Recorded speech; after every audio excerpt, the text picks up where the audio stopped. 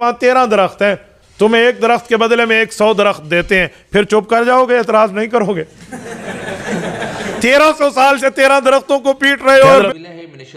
بسم اللہ الرحمن الرحیم. تحفہ یا علی علیہ السلام مدد. جیسے کہ آپ جانتے ہیں کہ ایام فاطمہ چل رہے ہیں، اور تھمبنیل پہ بھی آپ نے پڑھ لیا ہوگا، کیسے طنزاً اور مذاق کرتے ہوئے مفتی عبدالوحید قریشی صاحب باغ فدق بیان کر رہے ہیں اور اپنی ایک رائے قائم کر رہے ہیں، اور اس سے رپلائی دیا ہے قبلہ علامہ آصف رضا علوی نے. تو بڑھتے ہیں ویڈیو میں آگے اور دیکھتے ہیں کہ کیا کہا انہوں نے اور اس کا جواب رپلائی کیا دیا قبلہ علامہ آصف رضا علوی نے. میرا پتر وہاں 13 کھجور کے درخت ہیں. شیخ العرب والعجم ہمارے شیخ اول حضرت مولانا عبدالستار توسوی رحمہ اللہ ایک ایک کو ہاتھ لگا کر گن کے آئے ہیں. 13 کھجور کے درخت ہیں. حضرت توسوی رحمہ اللہ چیلنج دے کر فرماتے تھے کہ وہاں 13 درخت ہیں، تمہیں ایک درخت کے بدلے میں 100 درخت دیتے ہیں، پھر چپ کر جاؤ گے؟ اعتراض نہیں کرو گے؟ 1300 سال سے 13 درختوں کو پیٹ رہے ہو. حضرت ابوبکر صدیق رضی اللہ عنہ نعوذ باللہ کھا لیا. میں مان لیا. تھوڑا آگے چلیں جی. کھا لیا کا مطلب کیا ہے کہ حضرت ابوبکر نے روٹی کا نوالا توڑا اور فدق کے باغ کو نوالے میں رکھا اور منہ میں کھا گئے؟ نہیں، کھا لیا کا معنی ہے ناجائز قبضہ کیا. میں نے کہا بچو ایک منٹ ذرا سنبھال کر بات سننا. ناجائز قبضہ کیا؟ جی ہاں. تو حضرت صدیق اکبر جب دنیا سے چلے گئے، پھر حضرت عمر آئے، چلو میں تیرا جھوٹ مان گیا، حضرت عمر نے بھی ناجائز قبضہ کیا. آگے حضرت عثمان ہے، وہ بھی کھا گئے. حالانکہ حضرت عثمان حضرت فاطمہ کے بہنوئی ہیں، سنگل نہیں ڈبل ہیں. ٹھیک ہے، حضرت حسن حسین کے خالو ہیں، چلو وہ بھی کھا گئے، تیرے مطابق جھوٹ مان لیا. اگلا جملہ میں تمہیں منہ مانگی موت دے رہا ہوں کہ حضرت علی المرتضیٰ کی حکومت آئی، جی آئی. فدق پر ڈیم بن گیا تھا؟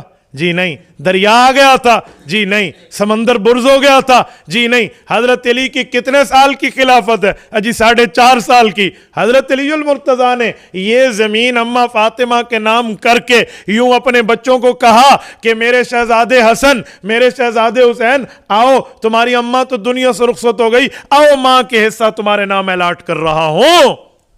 حضرت علی نے کیا؟ جی نہیں. تو پھر جو بات تو حضرت ابوبکر پہ کر رہا ہے، تو کیا سیدنا علی المرتضیٰ سے بھی یہی توقع رکھتا ہے کہ حضرت علی المرتضیٰ خاوند ہونے کے باوجود، سرتاج فاطمہ ہونے کے باوجود، حیدر کرار ہونے کے باوجود یہ بھی کھا گئے؟ کہ جب جناب تو یہ تھے عبدالوحید قریشی صاحب. تو آپ نے دیکھا ہوگا ان کا انداز گفتگو، اور یہ فدق واپس کرنا چاہ رہے ہیں بقول ان کے. کہتے ہیں 13 کھجور کے درخت تھے، اور افسوس کے ساتھ کہ وہ 13 درخت بھی دیے تو نہ گئے کسی سے. باقی دیکھتے ہیں کہ قبلہ علامہ آصف رضا علوی انہیں کیا رپلائی دے. سیدہ سلام علیہ نے اپنی اس فدق جاگیر کا مطالبہ کیا تو انہیں یہ کہہ کے مطالبے کو رد کر دیا گیا کہ رسالت مآب کی یہ حدیث ہے کہ ہم جو چھوڑ کے جاتے ہیں وہ صدقہ ہوتا ہے، اور ہم نہ وارث بنتے ہیں نہ وارث بناتے ہیں. تو جب یہ حکم پیغمبر سنا دیا گیا تو پہلے خلیفہ حضرت ابوبکر نے اس حکم کو سنایا، اس حدیث کو سنایا، اور دوسرے خلیفہ نے اس حکم کی تائید کی، اور وہ زندہ موجود تھے، اور انہوں نے کہا کہ یہ حکم اور یہ حدیث جو ہے یہ برحق ہے. پھر تیسرے خلیفہ کے دور میں اسی فدق جاگیر کو دوبارہ بیت المال سے نکال کے انہوں نے اپنے داماد مروان بن حکم بن عاص، یہ مروان کون تھا؟ یہ حکم کا بیٹا، اور حکم بن عاص، یہ دونوں باپ اور بیٹا کون تھے؟ جن کو اللہ نے قرآن میں جن پہ لعنت کی تھی، اور رسالت مآب صلی اللہ علیہ وآلہ وسلم نے ان کو رسول کا مذاق اڑانے کی وجہ سے مدینہ سے نکال دیا تھا. رسالت مآب نے جن کو مدینہ سے نکالا ہوا تھا انہی کے بیٹے کون سے کس طرح کے گھنونے مذاق میں اسلام کے ساتھ. کہ کچھ لوگ جنہیں کہ اللہ کے کہنے پہ رسول اکرم صلی اللہ علیہ وآلہ وسلم نے مدینے سے نکالا، تو رسول کے جانے کے بعد جب ان کے رشتہ داروں کو اقتدار ملتا ہے تو وہ کیا کرتے ہیں؟ یہ کھلی اور سرعام مخالفت پاک رسول کی، اللہ کے قرآن کی اور اللہ رب العزت کی، انہیں وہ واپس بلا کے ایک بہت بڑے عہدے پہ فائز کر دیتے. مروان کو واپس بلایا گیا، اور تیسرے خلیفہ حضرت عثمان بن عفان نے یہی فدق جاگیر اٹھا کے اپنے اسی داماد اور اپنے بھانجے مروان کے حوالے کر دی. پھر اس کے بعد چوتھے خلیفہ راشد اہل سنت کے نزدیک